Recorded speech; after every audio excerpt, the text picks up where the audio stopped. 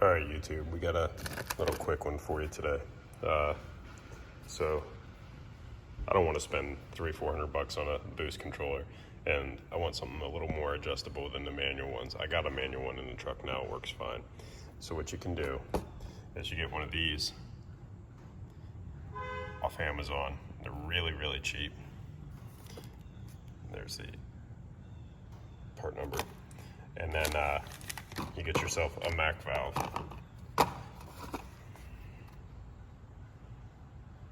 Part number like that. And these are good. My research tells me they're kind of good in a 20 to 30 hertz range. I found 26 is kind of the right range for it, where it works happy, the hertz wise. So on this controller, it's going to be 0.026 is equal to 26 hertz. The range is 10 to 90%. I seem to get the functionality. Now we're going to start it and you can listen. So we turn it on. Let's get to, there's 12% or 15%. You can audibly hear it. 16, a little more, 17, 18, 19, 20. You can hear it. It's increasing. So you're going to plumb this to the top of your gate from your boost source. And you can hear it as I'm increasing it. It's wide, almost wide open. It's barely pulsing. But coming down, you can hear it chattering the valve. And you're able to turn this on and off. You know, it's a pretty easy deal. So you can hit, and it'll shut off the solenoid, not chatter it. You know, you're gonna have under $50 in something like this, and you're gonna be able to control it. All you need is a 12-volt switch power. Let's see if it holds its memory. I think it used to.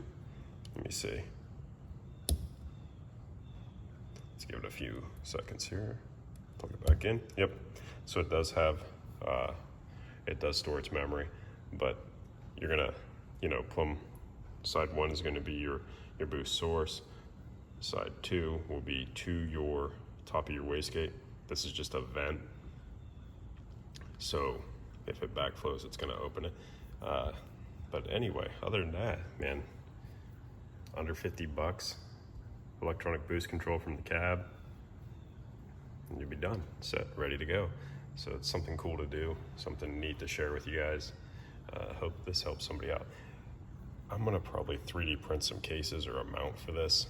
It looks like you could cut a square hole and it will slide in there. But I'll probably 3D print a case for it or make a bracket for it.